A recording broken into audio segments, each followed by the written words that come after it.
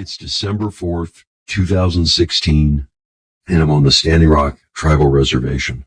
SUV pulls up and it's Travis. Travis is like, hop in, man, hop in. And they go and they pull me behind the gas station outside of the casino where no one can see me. And they tell me all the intel they're getting is that AIM is about to kill me and I need to evacuate Standing Rock immediately. And I think, I don't know either one of these people. Sure, we chit-chatted, we talked online, we emailed. I don't know either of these people. And I thought, this is it, man. These guys are going to kill me. These guys are contractors. And I said, well, here's the thing. There's like supernatural aspects to it.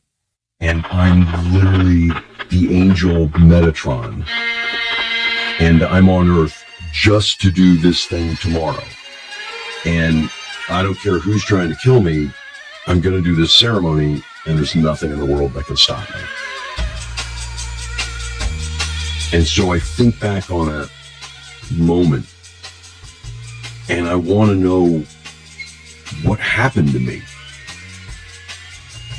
What brought me here? Who were these people? And I'm sitting here with Emily Bix, who's a journalist that I don't know, and we've been connected through a mutual friend who thinks I need to talk out what happened to me and figure out what happened to me. Thank you, Wes, and welcome to American Psyop, where we're going to try and help Wes get to the bottom of his story.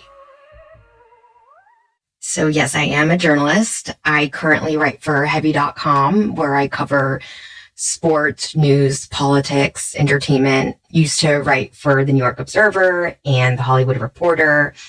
So our mutual friends, the producers of this show, Jack and Marley, first heard your story in June of 2017. They didn't believe you and thought you were simply delusional. But then on a future project examining the origins of QAnon, Jack and Marley said they kept coming across names and situations you had described and decided they wanted to help you sort it out. They approached me because I had done some reporting on the origins of QAnon myself and because I didn't already know Wes or his story. Now, Wes, from what I understand, you believe you started becoming the target of psychological operations known as Psyops starting in the late 90s. That's correct. And psyops are operations that push selective information to manipulate the emotions, reasoning, and behavior of a target. Wes, you claim these operations all came to a head in 2016 when you were targeted by a religious cult, which drove you insane and got you to lead 4,000 veterans in the Standing Rock oil pipeline protests. Also, the members of this cult appear to have strange and direct ties to prominent figures in Donald Trump's orbit and January 6th. That's right. And I just want to break it down with you and see what we can figure out, what's true, what's not true, and what's paranoia, what's not paranoia. When I look back on this time in my life, which brought a lot of trauma to, my family and friends, I feel I need somebody objective to tell this to, because on one hand, this is definitely a story about operations that were actually run against me, but it's also a story about mental illness. And I'm not necessarily the best person to judge what parts of this story fit in what category. Okay, there's a lot to unpack here. So to start this series in today's episode, we're going to examine how Wes believes he became an attractive target for foreign intelligence operations. Today's episode is going to cover Wes's military background in the 90s and his father's campaign for the Democratic presidential nomination in 2004. So Wes, should we start with a little background on you? My name is Wesley Clark Jr. I'm 51 years old. I was born in 1969. I grew up an Army brat in the 70s and 80s.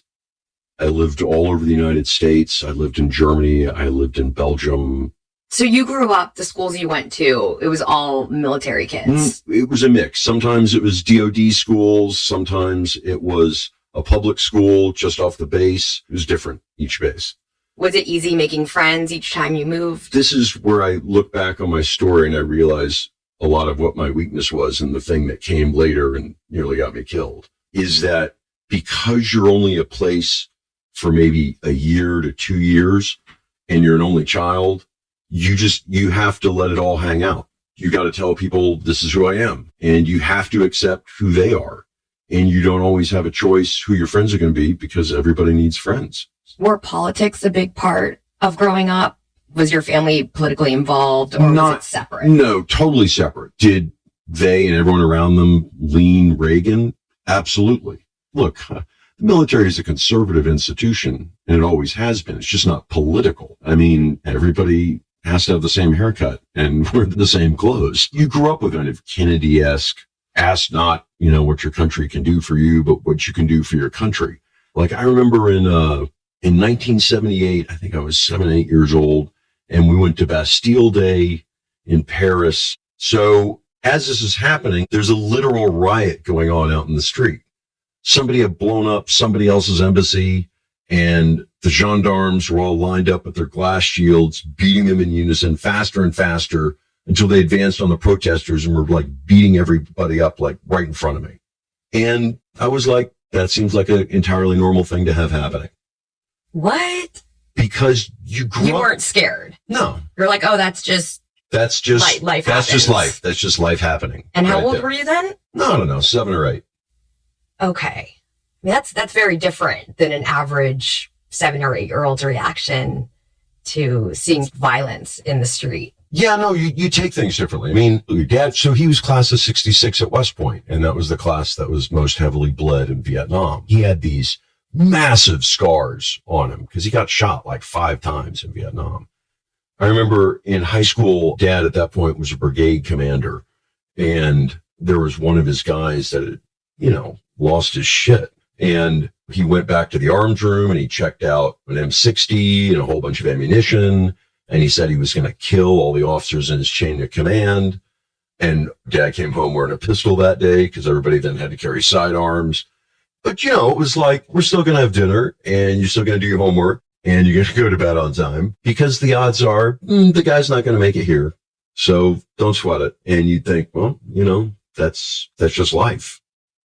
And then I went to Georgetown University, School of Foreign Service. So I went into the Army right after Georgetown. But your career in the military, do you feel like you wanted to follow in your father's footsteps? I grew up in the service. And for me, it was like the easiest thing I could think of doing. Another question, your time in the military, you mentioned your dad had a bunch of scars and injuries during... Oh, I was in the peacetime service. So no injuries? I got a ton of injuries. What happened? Well, let's see. The first time I got this massive concussion, I was a Bradley commander. So... What's a Bradley commander? Okay, when you see pictures of the U.S. servicemen, you see the big M1 tank, and then a lot of times there's a littler tank with a smaller gun tube, and it's a Bradley. Okay. So in the Cav and divisional cavalry, then we had Bradleys. And I think I'd been in the unit 4 days, and we were on a training exercise doing a movement to contact in a blizzard, going like 35 miles an hour off road. And we hit this anti-tank ditch we couldn't see, and it brought it to an instant stop. And there's a cage on the front of it called a whoopee light. And my head went, bam, 35 miles an hour, smashed into the whoopee light. Blood coming down my face. The helmet's like cracked. It didn't hit my head. It hit my helmet. It would have killed me if it hit my head. What was the recovery on that? Did you go to the hospital? I went to the hospital. They're like, you have a massive concussion. Go home. Have whoever you're living with watch you overnight. They need to watch you when you sleep. And I'm like, okay, I live alone. They're like, well, listen, good luck. Stay up for a while before you go to bed. What? Yeah. Did you get scars? No, not at all. No. It was just a concussion. It wasn't my first one in life either. You had a few before? I had one before. I was a wrestler when I was in like junior high school and just starting high school. And it was like state championships in Virginia. And I got knocked out in the finals match. But the second time in the Army this was humiliating, but I was visiting my dad down on Fort Hood. And he's like, well, come out riding with us. And so I get on this horse I'd never ridden before. And he's got his whole like horse platoon out there. And my horse falls behind and then it starts galloping. And I'm like, holy shit, man, that horse is going to take me right into that tree. And this massive branch hit me right in the head, knocked me out of the saddle. But then my leg was caught in the stirrup and the horse is like dragging me at a full run. And meanwhile, there's like thousands of soldiers watching this happen from the motor pool. Oh my God. But I'm conscious though. I'm trying to do a sit up. Then the horse starts taking me across a street and it's going right for this fire hydrant. And they get the horse just before it just splits me in half. And I got 42 staples in my head from that one. That was pretty painful. So that was the third head injury. Yeah. And then the fourth was, and this is also when I was in the service, like 2 years later, we were up at Fort Hunter Liggett. It's kind of this isolated base in Northern California. And everyone's like, oh, we need to go to the club. We need to go to the club. We need to go to the club. So we go to the club, on the weekend. And I got jumped outside and I got kicked in the head and then jumped off the second story balcony and broke my foot, slid under the van. A couple of my guys came out like 20 or 30 minutes later because they had no idea this even happened to me. And I had blood coming out of my ears and like, oh, we have to take you to the hospital. How do you think these head injuries contributed to you being susceptible to operations? Well, I think because it affects your temper, it affects your mood, it affects how you see the world. And that dovetails into being influenced because when you're in a emotional state, you're not going to make rational decisions. Did life change for you as your dad moved through the ranks? By the time I went to college, he was just a colonel. And it sounds like, oh, just a colonel. But there's like thousands of colonels out there. And we were just kind of a regular family. And then when I was out of Georgetown and into my time in the service, he became a general. But once somebody becomes a general, things suddenly become political in ways they never were before. And one of his jobs was the J5, one of the Joint Chief of Staff positions in charge of international affairs and strategy as an advisor to the president and the Secretary of Defense. They negotiated the peace accords in Bosnia. New to office, President Clinton focused on ending the war. It's in the American interest to limit the conflict to Bosnia, to try to restore humanitarian conditions, to see that a bad example is not set, and to limit the refugee outflow. Okay, and the Bosnian War was a part of a series of conflicts which went from 1991 to 2001, known as the Yugoslav Wars. Yugoslavia formed as an independent country in Eastern Europe after World War I. It was made up of 6 provinces, each with some autonomous rule, almost like U.S. states, each with different religious and cultural identities. When Milosevic's Serbian troops committed genocide against Muslims in a region of Yugoslavia called Bosnia in 1995, NATO stepped in with an American-led bombing campaign against the Serbs. And I remember, and this is before the age of cell phones, this is like 1995. I was a squadron maintenance officer, but I had a friend from school who was up in Denver. I went up there to drink and I got a phone call at 5 o'clock in the morning at his house from the Secretary of Defense who wanted to know if I'd talked to my mom yet to let her know that it turns out Dad is still alive. And I was like, what? Did you have any context as to what he was talking about, how they found you at your friend's house? Nope. I turned on CNN and there'd been an accident on Mount Igman outside Sarajevo. And apparently an APC had rolled over and set off some landmines and killed part of the American negotiating team. We lost some fine Americans in a terrible accident a few hours ago. I have spoken with Dick Holbrooke and with General Clark in Sarajevo. I am very grateful for the service that these fine men have rendered to their country and to the world. Moments from now, Secretary Holbrooke and General Clark will continue with a scheduled meeting with President Izetbegovic to press for the cause of peace. How far away was your dad from that explosion? Oh, he was like right there. He rappelled down the mountain and tried to rescue him. But it was just, that's when life started to get weird. I got out of the service. I wanted to do something else. I mean, I'd spent the first 26 years of my life as a dependent, a cadet, or on active duty, and I thought, I need to see what else is happening out in the world. So I had this friend of mine from the last school I was in named Porter, who worked as a PA on A Time to Kill. And his godfather was like this big Hollywood producer. And he goes, dude, you should come out to California and live in Los Angeles. You get $150 a day and free lunch. And I was like, $150 a day and free lunch? That sounds reasonable. Sold. Like something as far away from the army as I could get. And you came out here alone? Came out here alone with a dog. And were your parents supportive of the move?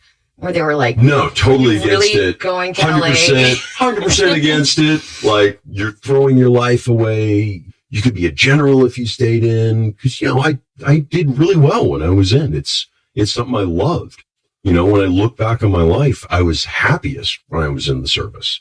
Because outside the service, the world doesn't make as much sense.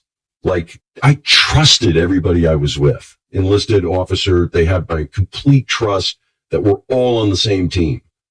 Now, I didn't always trust their competence. And then that's flipped in the civilian world. In the civilian world, what I found was people are really competent, but you cannot trust them.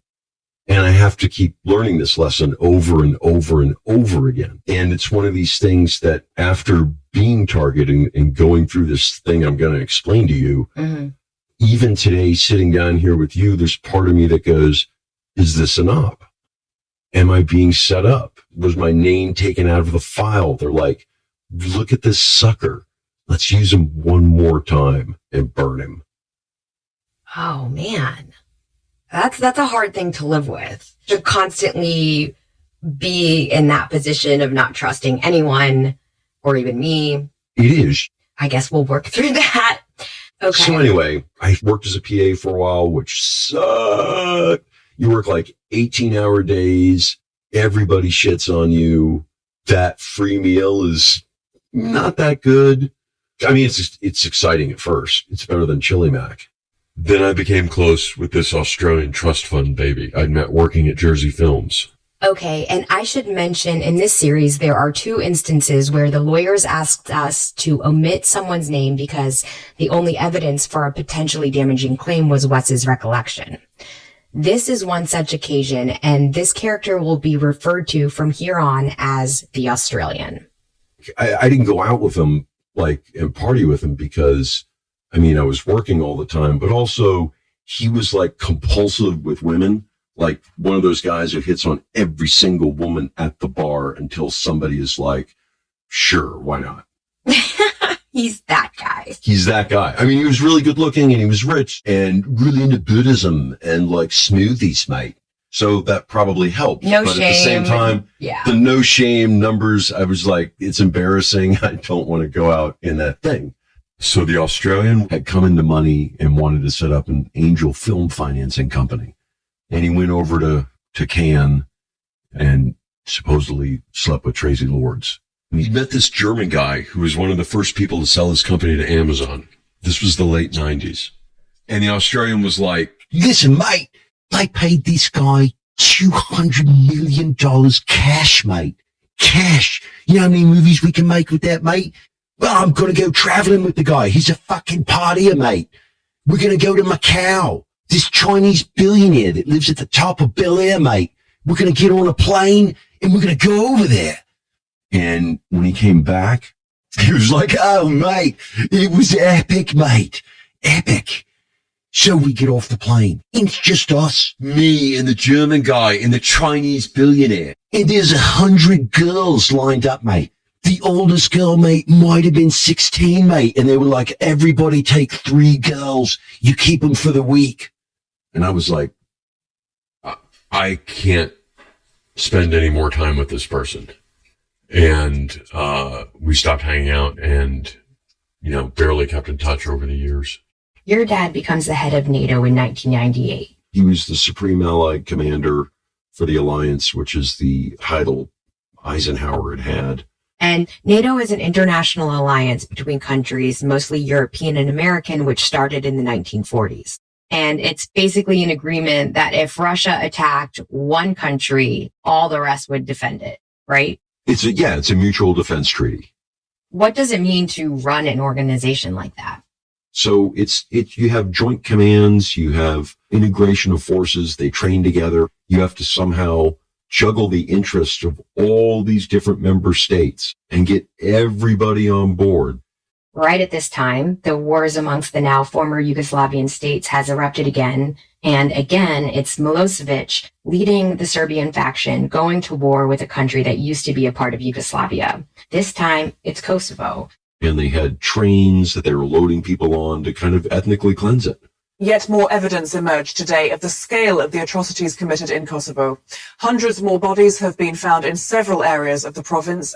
My fellow Americans, today our armed forces joined our NATO allies in airstrikes against Serbian forces responsible for the brutality in Kosovo.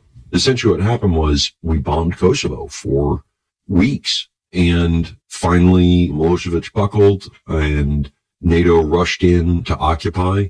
And at the same time, the Russians were trying to flood it with Russian soldiers. That way it's an empty victory for NATO. And the Serbs remain in control, backed by the Russians. Why were the Russian troops there? The Serbs are their boys. So there's peacekeeping forces in Bosnia to kind of look out for the interests of the Serbs. And the goal for the Russians is to always get as deep into your shit as they can get to cause as much potential trouble later. And so you want to head that off as quickly as you can. And so the British were ordered to take the runway, and the British general's like, I'm not starting World War III for you, General, and wouldn't do it. So then instead they just had American helicopters land on the runways as they convinced Kiev to close Ukrainian airspace to the Russian transport planes. So they weren't able to reinforce their position. That left the Russians pissed off at my father and seeing him as a future threat that need to be checked. So how do you think your dad, being the head of NATO, opened you up as a target? Russia and its allies have proven over many decades that they go after people's families and they go after people's children to use them as pressure points or gain undue influence or gain information. But look at it from their perspective. So they're like, okay, the guy who's in charge of the military alliance that we're up against, we can't monitor all of his calls, but he seems to call this number in Southern California once or twice a week. And we could find out things that we may find useful. Well, because here's the thing. At that point, everybody assumed, well, your dad was the head of NATO. You must have a top secret clearance. And so a lot of what you're going to hear is all the people who talk to me and tell me things that assume I have some kind of security clearance. I feel like even in, today's news with Hunter Biden and the Trump kids, like, it's easy to see why they become the targets. Absolutely. And all of them have been targeted. The Trump kids have, Hunter Biden has, they've all been targeted and subjected to influence operations.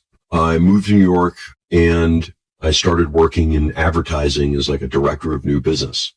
Then that all came to a screeching halt on 9/11 because our number one clients were Cantor Fitzgerald's eSpeed and they all died. And I remembered watching the Twin Towers fall, like from 6th Avenue and 14th Street, and not knowing who survived and who didn't survive. And my uncle worked down around there, and I called other friends I'd had that I've served with, and I'm like, that's it, man. I'm going back in the service. I'm going to go get these motherfuckers. And I called my dad and I told him, I'm going back into the service. I'm going over there. And he said, don't do that. You will never be used against the people who did this. He goes, you will wind up going overseas, killing people that had nothing to do with it, watching your friends die, and it's going to haunt you for the rest of your life. And I thought, I will think about going back in. Because the thing is, all the ex-generals all still talk to everybody in the Pentagon all the time. And he understood that 9/11 was going to be used as an excuse to essentially knock over the old Soviet client states in the Middle East, Iraq being one of them, and that Iraq didn't have anything to do with 9/11. 48 hours later, I was in a big room and Bill Clinton was there and my dad and a bunch of other foreign policy honchos, essentially trying to keep everybody calm. Your dad had come along? Yeah. Okay. And so, and here was 9/11, and you look around at the Republican Party and how they're going to react to it is poorly. And I looked at the Democratic Party and these people in the room, and everybody's like, be calm, we'll figure out a thing, we'll figure out a safe way. And they all seemed worried, like they look around and think, who is going to lead the party through this? And I thought, holy shit, man, how about my dad? Because he just won a fucking war, like the first war in Europe in like 50 years for the right reasons. And we're kind of regular people, and he's not corrupt. He's a really smart guy. I was a conservative guy up until like the late 90s. I wasn't like crazy conservative, but I was like, I grew up in the army. And so when I went home to visit my dad in NATO after the war, he said, listen, there's something I got to tell you. We got this briefing from the European Science Commission today, and climate change is going to hit really hard when you're like in your 50s, like during the 2020s. And it's going to cause crop failures in parts of the world where they haven't had crop failures in years. Everything could fall apart. So when you hear stuff like that, it changes the way you look at things. And then he came out against the war in Iraq. Do you think your dad becoming a public figure by being vocally against the Iraq war made you a target to operations? Once people think you may be on a trajectory to power, they're going to burrow in and figure out ways they can manipulate you or curry your favor. Let's say you just did something that is totally on the news. Suddenly really wealthy people are like, hey, let's have that guy over for dinner. So my dad was in that position of, hey, let's have that guy over for dinner. So all these people wanted to talk to my father. And so I remember in like April or May of 2003, this is after he came out against the war in Iraq, he's like, you got to meet this couple. They want to meet you. Like I met them at the Academy of Achievement or something. It was like, these people are at the center of New York. Like they're plugged in to politicians, presidents, Hollywood people, everything. They want to meet you. And these are the kind of people that can open doors. He goes, her name's Ghislaine. And I'm like, what? Shut up. No. Ghislaine Maxwell. So her name is Ghislaine. It's not Ghislaine. I see. That's the thing. I didn't know what to call her because I'm like, are they married? Like, is she Mrs. Epstein? He goes, don't call her Mrs. Epstein. I'm like, okay, what? And I couldn't remember because I was high. I couldn't remember like what her last name was. And he said, oh, they want to meet you. And I'm like, make a good impression. I'm like, okay. So I went up to the Upper East Side and I'm expecting some kind of a dinner. So you weren't given any context. You're like, New York City bigwigs. They just wanted to meet you at this time. There's just a call, be at the house at this time. I'm like, okay. And I go in and I'm brought up to the second floor. Was it a nice home? Yeah, it was that giant. It was the home. Yeah. Oh my God. And so there's some landing on the second floor and they put me there in a chair facing a wall. And they're like, Ghislaine will be right with you. And at this point, I've got hair like Robert Plant. I stink of cigarettes. I probably smoked pot that afternoon and they brought me out a drink. So I slammed that really quickly. And then Ghislaine comes and sits down in a chair opposite me in the hall in what felt like this kind of interview. And, she's like, what are you doing now? And so she said she was a helicopter pilot and she could fly anywhere and land on boats. What was your first impression of her? Were you impressed? Was it? I didn't know who the hell she was. I was just like, who's this dowdy old, British woman? And, I grew up in the service and it's fairly conservative. And so my answers were all kind of golly gee whiz shucks. And she's, was like quizzing me on things like, what do you think the biggest danger facing the country is? And I said, well, there's climate change, but then the big thing that's killing the country is income inequality. And it was like, all right, have a nice night. Like, man, we're not interested in that issue. See you later. Have a nice night. It's over. Jeffrey won't be joining us. There will be no dinner. Goodbye. Okay, but and thank God that was the outcome of what happened. What answer were they looking for? Like, what answer would have been like, oh, you need to meet Jeffrey? Yeah. What do you think the biggest dangers in the world are? I'd be like, not enough young chicks. Oh, God. That probably would have gotten a meeting with Jeffrey. Did you tell your dad about this Yeah, conversation? I'm like, there's this weird kind of conversation. He's like, they're all weird people. So your father had hung out with them quite a bit? He'd met them. The way the country works is there's all these conferences out there, okay? And this will set off everybody's conspiracy antennas from, the Milken Conference to the Clinton Global Initiative to there's a whole circuit of these things. And incredibly wealthy people and the people that run their offices, they all go to all these things and hobnob with each other. It's, hopefully they'll get to meet him in the airport lounge and they can have a talk and then figure out how they can be in business together. And it's all kind of measuring each other up and networking. It's just like Los Angeles. And that's the thing. It is just like Los Angeles. It's like all these things work the same. Okay. So anyway, I got married in a shotgun marriage and we moved out to Los Angeles and Dad announced he was running for office.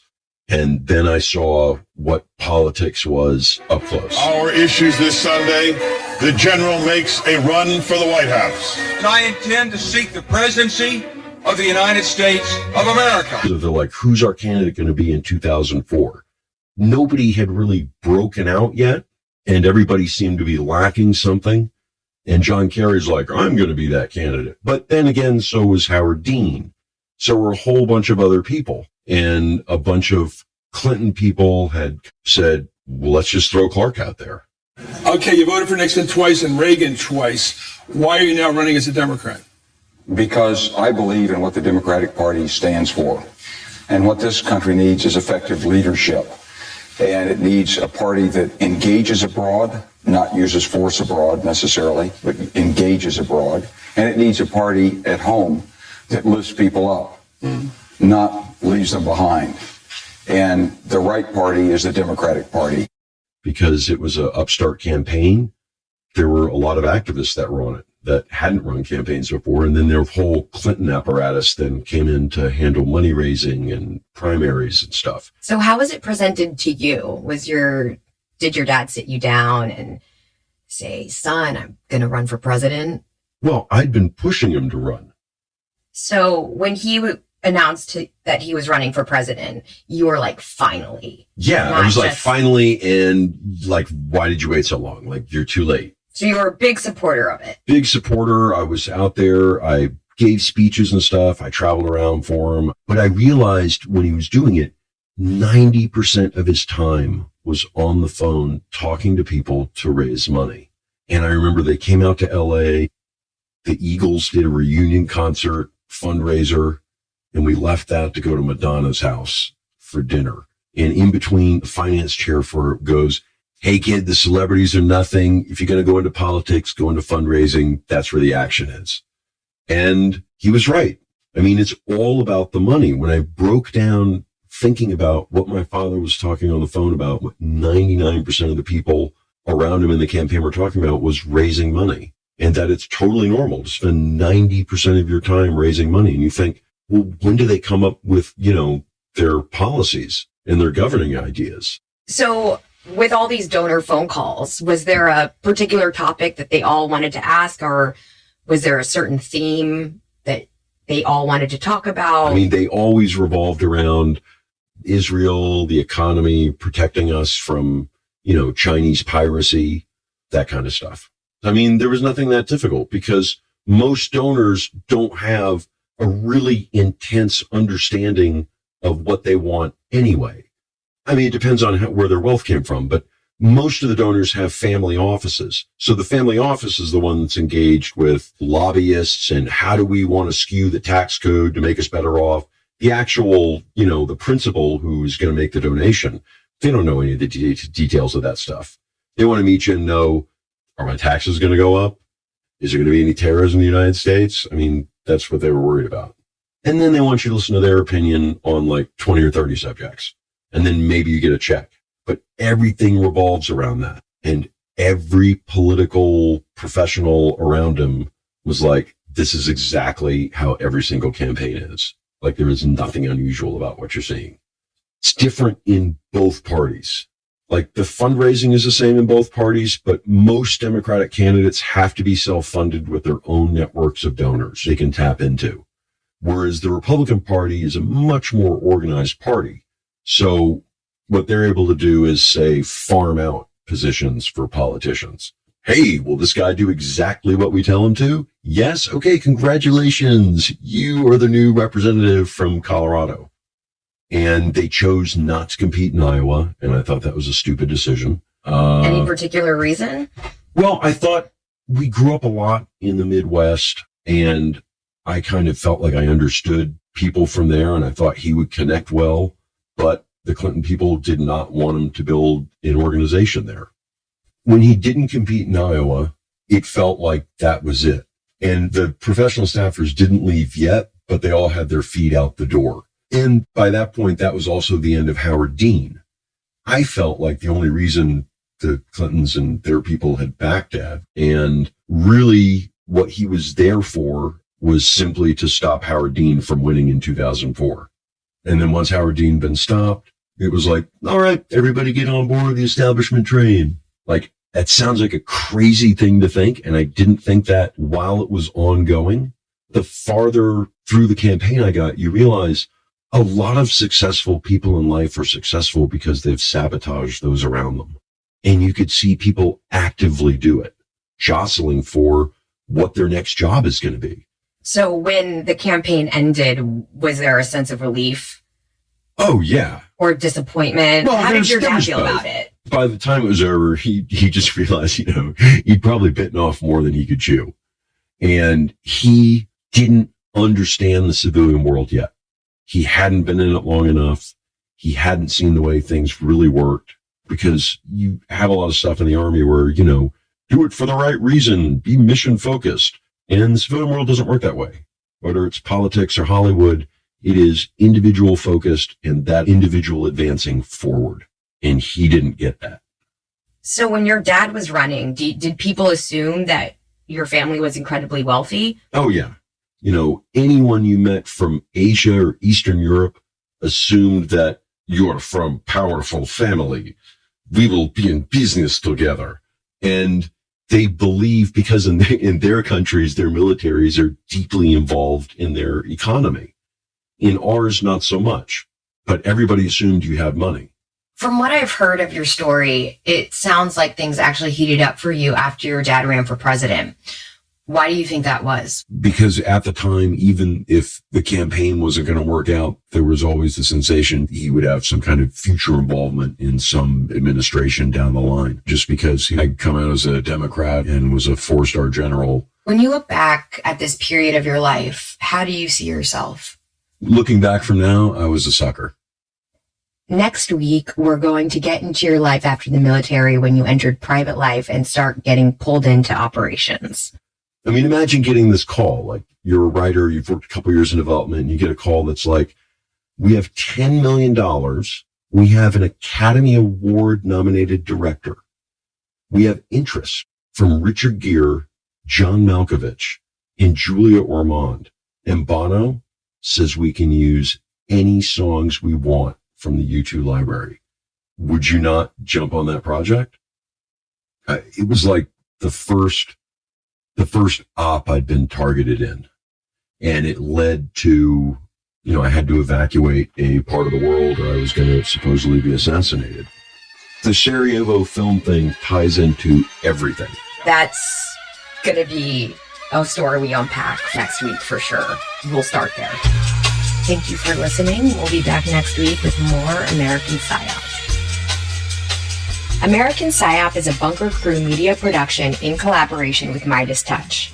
It was edited and directed by Jack Bryan. Our producers are Stacy Scher, Marley Clements, and Jack Bryan. Executive producers are Ben Meisalas and Grant D. Simone. Sound design by Joy Ellett. I'm your co-host, Emily Bix. Please join us again next time.